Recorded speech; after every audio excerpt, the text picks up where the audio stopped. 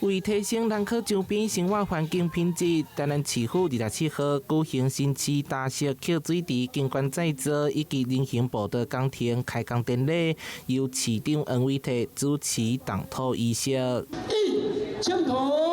前方的東方產陽起。該工程地點位佇咧新河中衛區附近，就是新市大片的主體區，離人口大約5分鐘無夠的車程。工程總經費大約5768萬，甲原本以紅紅為主的大溪蓄水池改造成兼具風災、休閒景觀以及親子活動功能的友善公共空間。不管是水跟電都不能缺，而且也不能多，所以說面對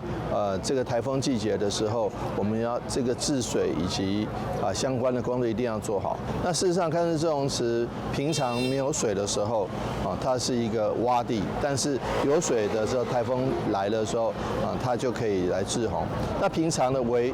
這個維護也相當重要，如果不好好維護的話，就會變成一個雜亂無章的地方。所以我們要把開市滯洪池中間加以這個優化。再造計劃包括立美化、排水系統改善以及增設儲流籠遊戲場等設施。另外，周邊的人行步道也將優化，提供全年齡層居民安全舒適的休閒活動空間。預計今年12月份來完工，和風防設施甲城市景觀結合，讓這片雜草叢生的蓄水池成為人口地區的生活新地標。台南新聞社會採訪報道。